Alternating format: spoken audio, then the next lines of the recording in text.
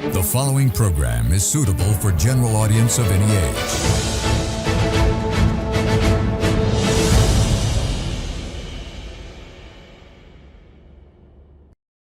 We would like to remind our viewers that the views expressed in this program by our participating guests are solely viewpoints of them who take part and does not reflect the views and beliefs of the Derana Media Network.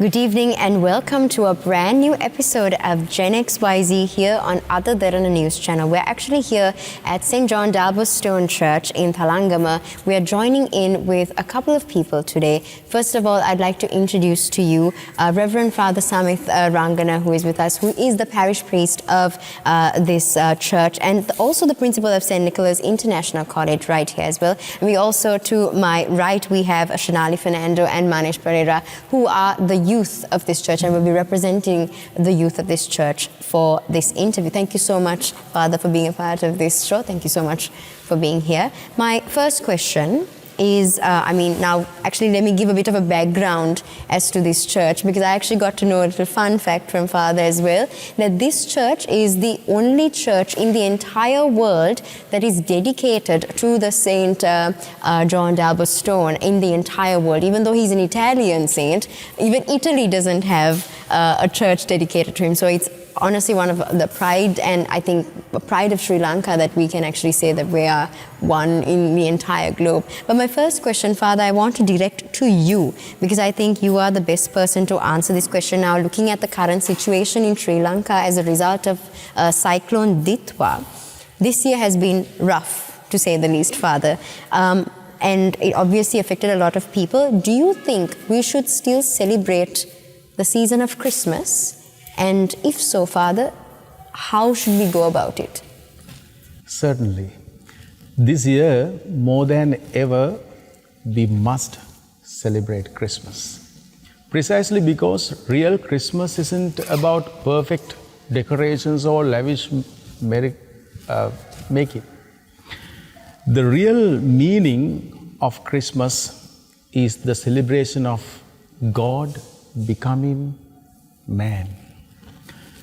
Mother Mary and Saint Joseph knew uncertainty and hardship. Jesus was born in a manger because the family was displaced due to the census and in humble circumstances. Celebrating now is acknowledging that God is specially present with us in our trials and not just in our comfort. The way we honor this now, the way we honor God, is by showing God to others who lives in us, who are in need of our help. So this is the best time to show our help. Yes, Father. And the fact that we have to step away from maybe the materialistic aspect of Christmas, which is always gift giving, and take a look at the real meaning of Christmas. That's Now, our manger is our community. We simply, perhaps where people are gathered, we find Christ. So our manger is community. Thank you, Father, for that answer. And my next question I actually want to direct to you, Shanali. Taking a bit from what Father said, let's look at the communal aspect of Christmas. How can we give back to the community during this Christmas season? Well, I think this year Christmas is different to every other year that we have seen over the past. This year, Sri Lanka has faced one of the most dramatic calamities it has ever seen. So it's the time where all of us need to come together and celebrate Christmas in a different way, which is, I believe, the true meaning of Christmas. All of us together has made Christmas so commercialized. The outside world makes it so loud, so fancy, all the fancy decorations, the fancy Christmas trees, to food, to expensive gifts. All this, it's good to have, but that is not the real meaning of Christmas. The real meaning comes in having baby Jesus at the center, which is often forgotten in the modern world. So what Jesus expects from us is to share that true spirit where we actually celebrate Him and His birth, and we share it with everyone else in the community. In today's context, it's the time where others need us the most. So if we can share whatever we have with those who are affected and also celebrate with them, bring a smile to their face, make them also a part of our celebration, I think that's the best Christmas that we could ever have, much more than what we usually celebrate in the commercialized context. So a couple of things that you would, say is something that is some way that we can actually give back to society, is opening the church doors and letting people come in and sort of be a part of this wonderful thing that we celebrate as Christians. And I thank you so much for that answer. And Manish, I want to ask you a question as well, right? And it's about what are some small acts? Now, not like I said, we are not talking about the commercial aspect of it, but we do realize that there is a financial aspect that is intact when you're helping others as well, especially when it comes to basic necessities like food, water, shelter. If you want to give back to the community in that way during this season, if that's how you're going to celebrate your Christmas, what are some small acts maybe every family can sort of take part in and give back to society? Right. So I would say, especially for when you think about in the youth perspective, we are not people who do big jobs, like we are just getting into the job perspective. So as a family, the parents would obviously do the financial supporting to others, whereas I would say we can help just by getting a smile on other people's face. Because for me personally, Christmas is about joy. It's about not only getting joy, but also giving other people the happiness they deserve. So some small acts would be, like I've seen some places where they just go and do caroling outside, and they go support some people now, especially during this cyclone. I would say the youth can go and help them in ways of cleaning houses, or helping them get back on their feet by just getting the things from this place to that place, something like that. So not by doing anything big per se, but the youth can help by doing the small tiny things which can actually bring smiles on people's faces, because this is what Christmas is supposed to be this year out of all years. And also we have to basically come together then, even as the youth. It doesn't matter if we are Christians or Buddhists or Muslims, we have to come together as the youth to help rebuild the future that we want later on as well. Father, I have another question for you, and that is it's coming from a perspective of you as a religious leader, as a leader of religious institution. What have you done to, we heard a couple of perspectives on what we should do to help these people out there. What has this church implemented in a way that maybe people can come in here for support, or anything else you have implemented? Our response to the floods have been guided by a commitment to serve the people. Immediate physical needs, when it comes to an occasion like this, offering emotional and spiritual support and assisting in long-term recovery. We began by mobilizing our community to provide immediate and physical relief, distributing essential necessities to our affected brothers and sisters. To ensure sustained support for rebuilding lives, we opened a central fund under the under the leadership of the Archbishop of Colombo, His Eminence Malcolm Cardinal Ranjit, dedicated to helping families and repair and reconstruct their damaged homes.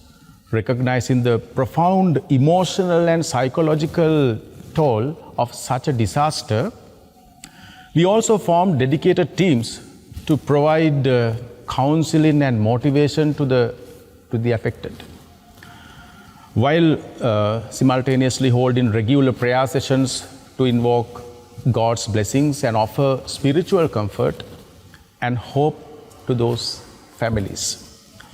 We also have other plans. Looking forward, we can rebuild, or we can build upon the foundation in several meaningful ways.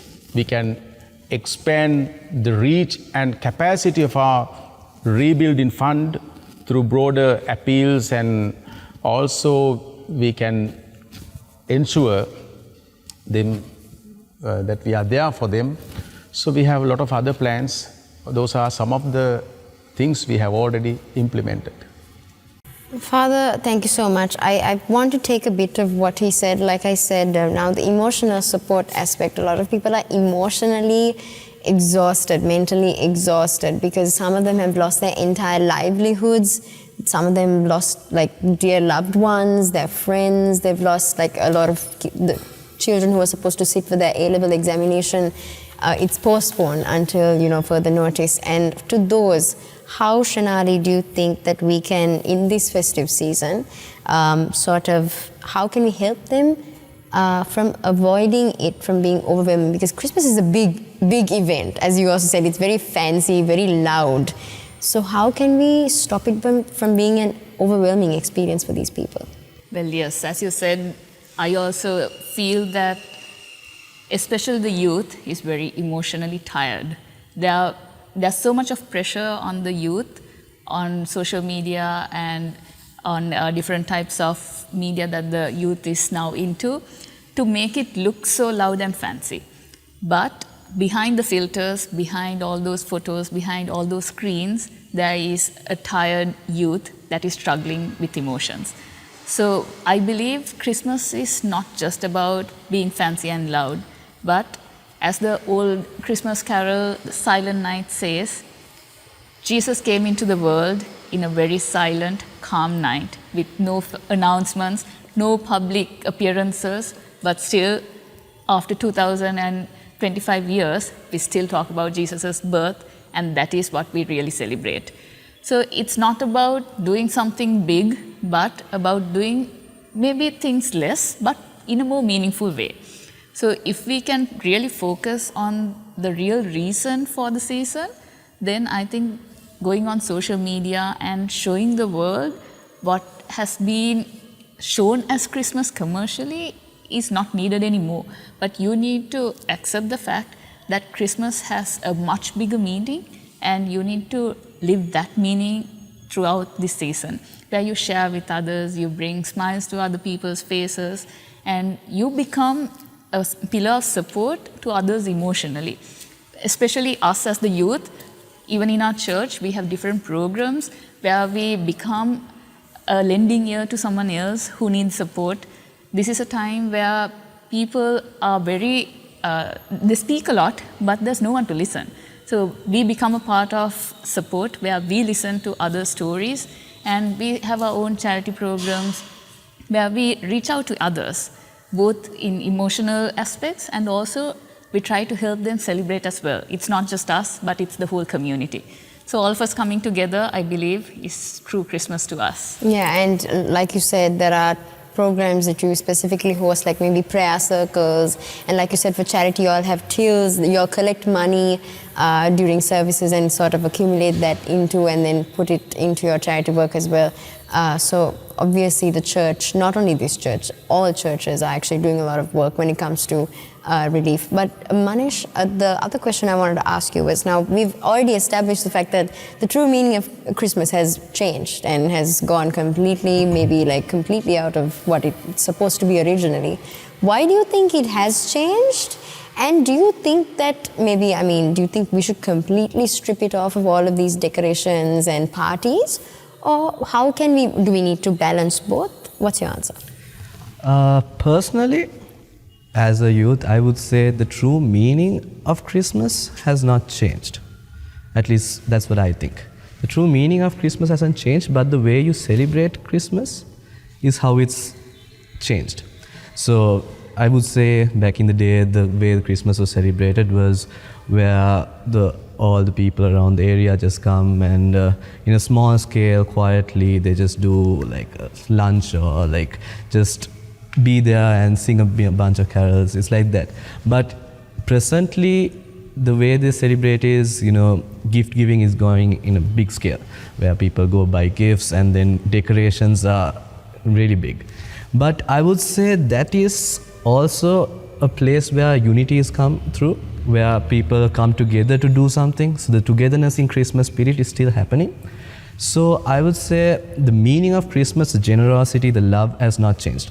It's just the way the youth, the current people interpret it through like social media posts, whatever. That's how it has changed.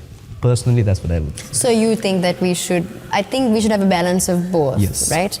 Thank you so much for that answer. And I actually want to dive more into, how we can during this Christmas, maybe during Christmas Mass and things like that, how we can bring in more people to show the support that you guys are willing to actually give. Father, I actually want to talk a bit about that as well. And any advice then you have for the youth, anyone that's watching who wants to be motivated, that there are institutions in place ready to help them out.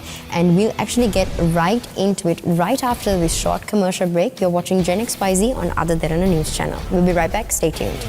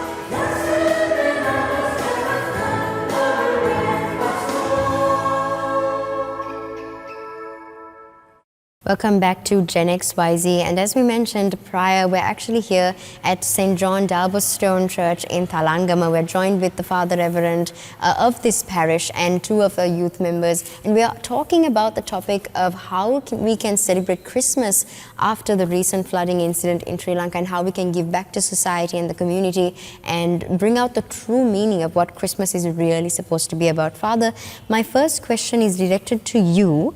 And it is about how we spoke about the commercial aspect of it and how it has been blown out of proportion sometimes, and it's very, very loud and noisy sometimes. Now, along with that comes this thing where people feel the pressure to be happy during Christmas season. Everybody has to be happy, everybody has to have a family to go back to have dinner with on Christmas night. They have to go to church together, or they have to spend the Christmas night together. Father, how, for people who are alone, or for people who can't be happy, like for the people who are affected, how can they go about it? You have touched on something real. Often unspoken pressure to radiate joy during the holidays. As if happiness were a seasonal obligation. Removing that expectation isn't about dismissing joy, but about making space for authenticity. As its heart, your insight holds the key. Happiness depends less on what we have and more on our attitudes. Most of them don't understand that. That depends on our attitudes. Instead of aiming for a constant state of cheer, aim to be fully present in each moment. Whether that moment is quiet, tired, tender, or content, a grateful heart finds small, ordinary wonders easier to notice. Most of them don't understand these realities. That is the problem. The warmth of a cup of tea, the sound of familiar laughter, or even the stillness after a busy schedule, busy day. The pressure often comes from trying to create perfect moments. That's the problem. What if we let go of the script? A simple walk, helping someone quietly, or sharing a real conversation often holds more meaning than forced festivities. Happiness here grows from genuine connection with God and connection with yourself, not from meeting external expectations. A grateful heart looks inward and not at what others have or appears to feel.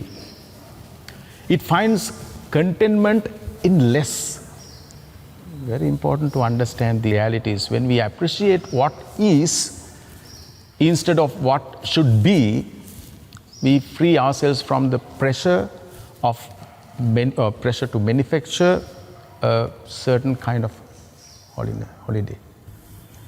That's actually a very insightful answer, Father, because I think that addressed the root of the problem, which is that, why is happiness seasonal? It's not only you're not only supposed to spend time with your family or be loving or be caring when Christmas comes, but it should be throughout the year rather, and throughout your whole life. So I think that actually might be something that the youth takes away from, Father. My next question is actually to Manish. You mentioned a bit about how everything, the way people show the way they care is very different nowadays, because we spoke about how it has changed, right? And you touched on how it has become a lot digitalized as well. Can you explain how so? And sometimes I feel like when it is digitalized, it feels like they don't care as much. It's like you're not putting enough effort into it. What do you have to say about that?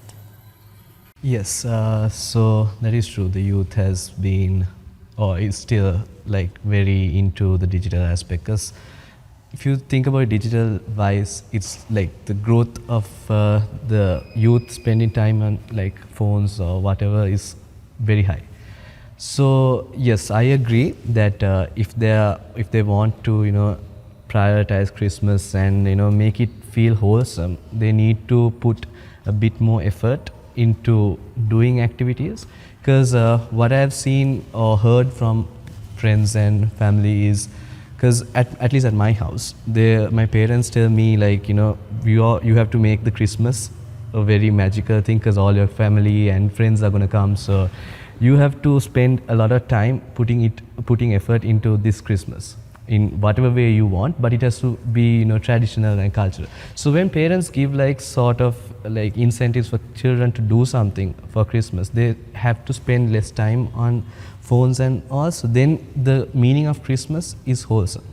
So I would say children also, even though they are into technology, Christmas is a time where they actually feel very much, they want the joy, because they also want to be they want to care about the festival. And so I would say Christmas is a time where children would put in more effort on joy, like to bring out joy to other people and celebrate the festival more.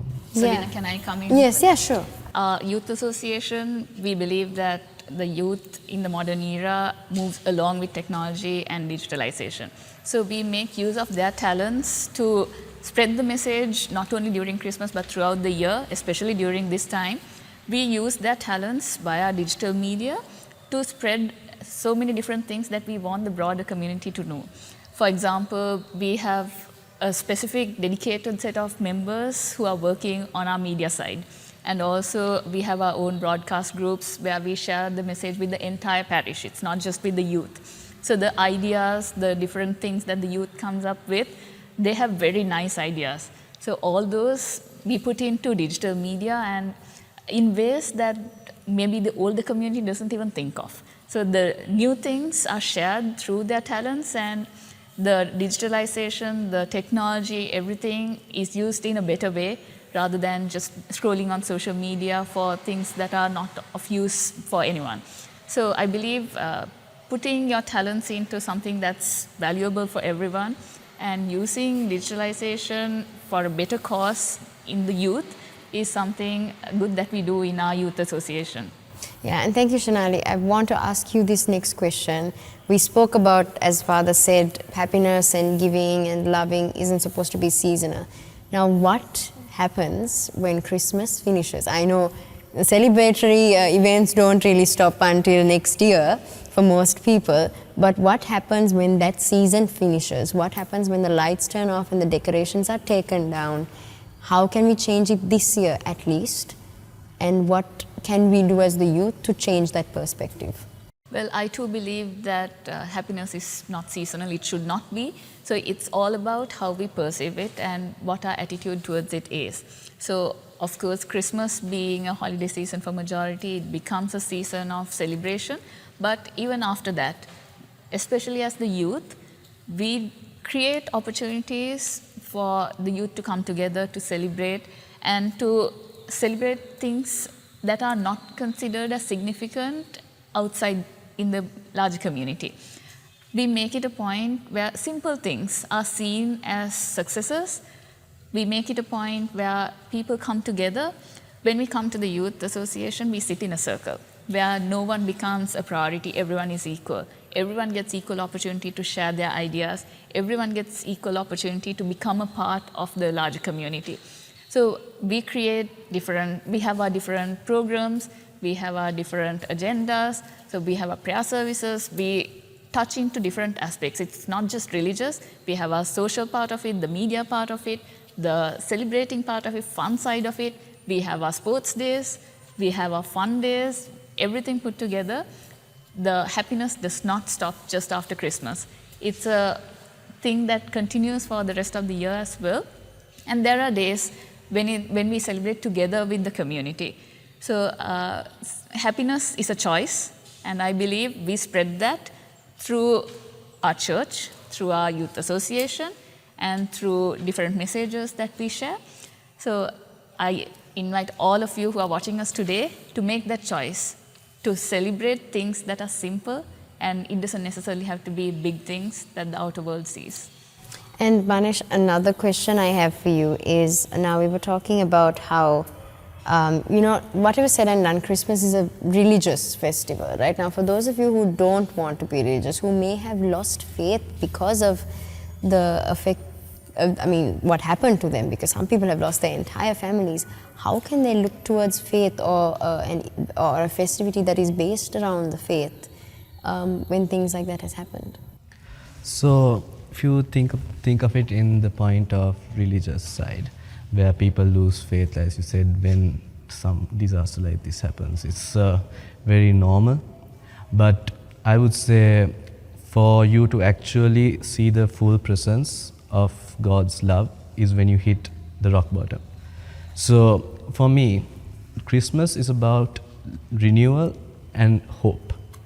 So this year, that point of renewal and hope is most like, it's like the point for this year's Christmas. Because where people have lost everything, they have the chance to renew it. Because Jesus Christ, we celebrate Christmas every year, and Jesus Christ was born. That means we celebrate this birthday every year, which means it's a point of renewal. And the hope is also something which we all celebrate. So for the people who have gone through a lot of hardship and who has lost hope and faith, I would again love to bring them back to God, because if you look for the blessings and love, you will always find it.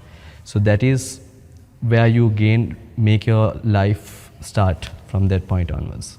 And whether it may be God for some people, whether it be, just starting their life, whatever faith they may believe in, it's the point, what he said, that actually I think we all need to take away from is renewal, rebirth. And the fact that we as a country can fix this, we can, come together, as we have actually very evidently so. People came together, communities came together to support the people. And I think and we actually have to dive more into what, as the youth and as Reverend Father, what you can say as advice to these young people, what we can do and how we can rebuild, rather taking into account what Christmas is and what it stands for. We'll talk a bit about it on the other side. We are heading into a short commercial break. We'll be right back on Other Than a News channel. This is Gen XYZ. Stay tuned.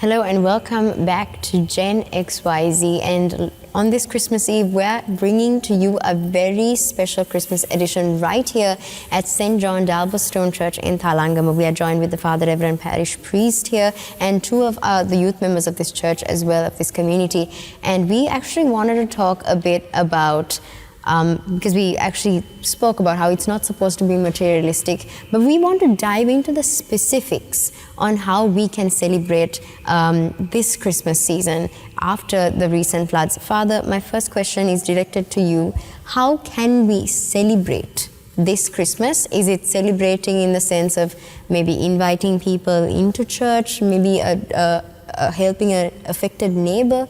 How do we celebrate Christmas this season? We have our celebrations here in the church, but at the same time, as a follower of Christ, our celebration is service.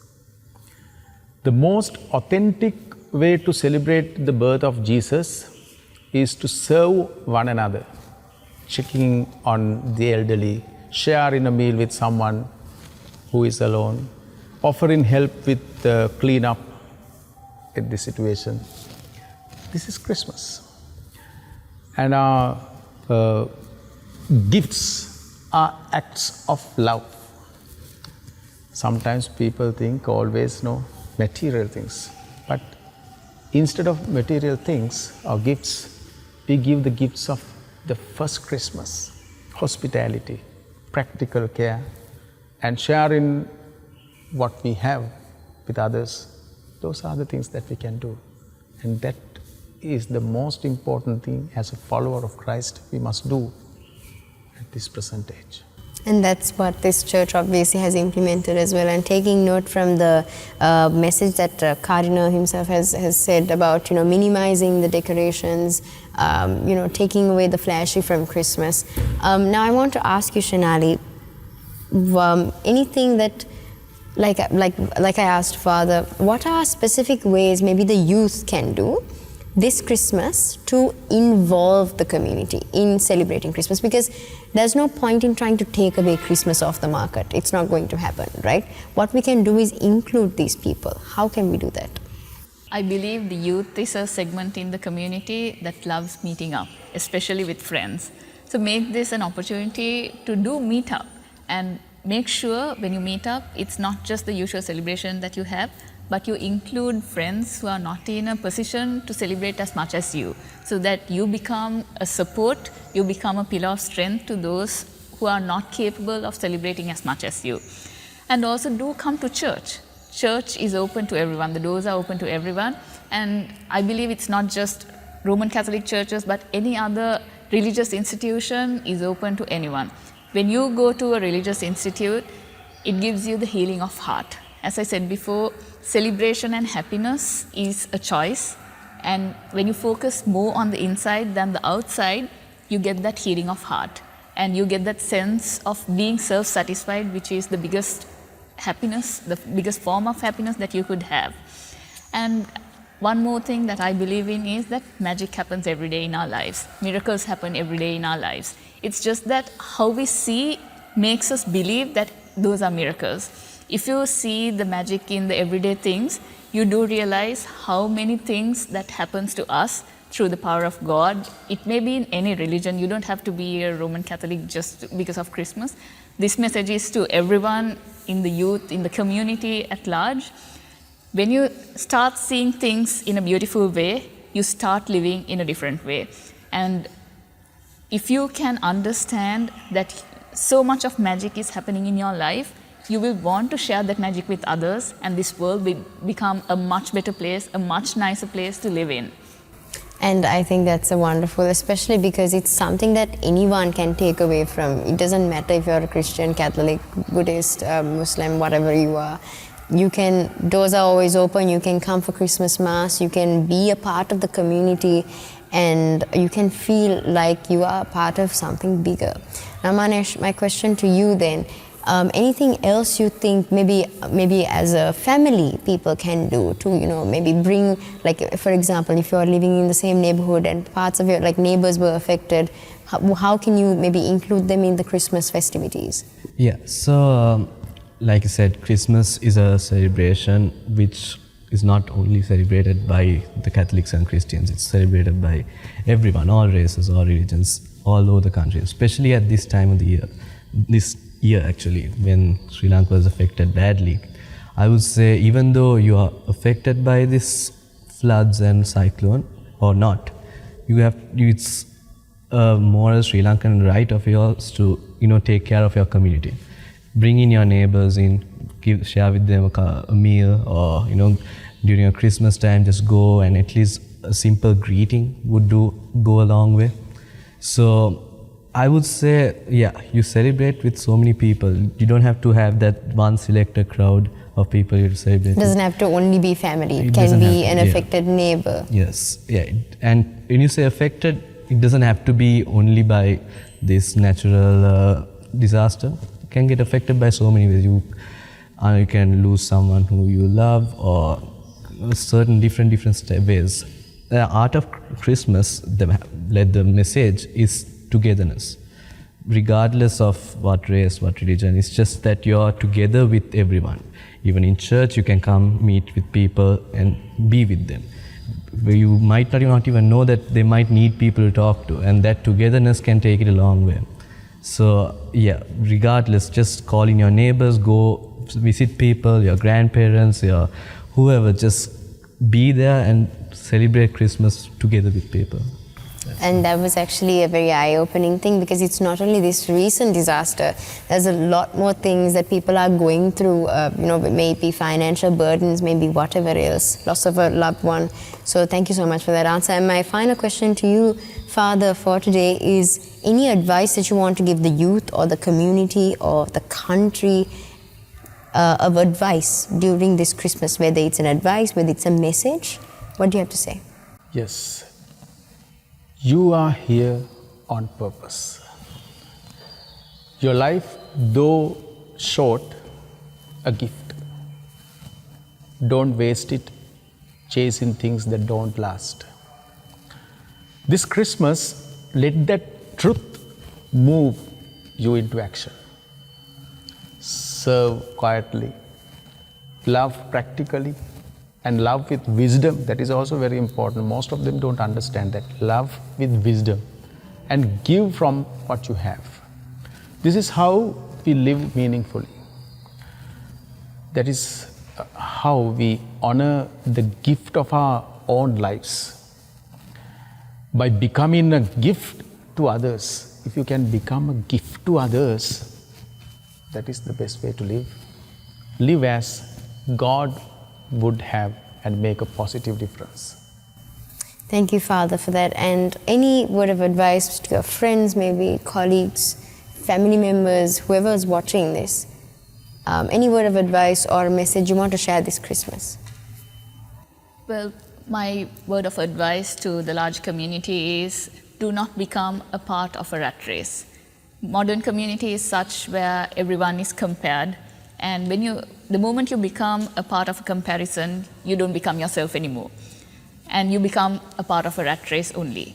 But if you are more content with who you are and you try to become yourself, then you become more self-satisfied, and that's where happiness comes in. So the moment you begin to be satisfied with yourself, that's where the real celebration is. So it's not just during Christmas, but even during the rest of the year. Do be yourself, because the world becomes beautiful if we have so much of diversity and we have all these people coming together, making the world more beautiful. So that's my advice to the community at large. It's not a rat race, it's not about comparison, it's about being yourself, being happy, and being closer to God. And Manish, anything else you want to tell? Word of advice, message? I would say just be there for everyone, regardless who the person is. Just show them that Christmas is everyone celebrates it. So be there for anyone, regardless of the race, regardless of religion. Just be there, be present with them, and make people happy, is what I would say. Thank you so much for that answer. Thank you so much for being a part of this show today, Father Reverend, you as well.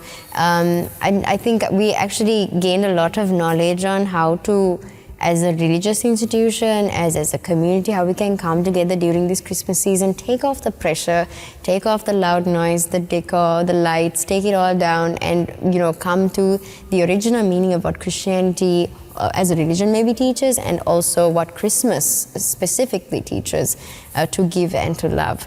And thank you so much for you as the viewers watching us and giving us your feedback. So if you want to send in your feedback, you can always do so.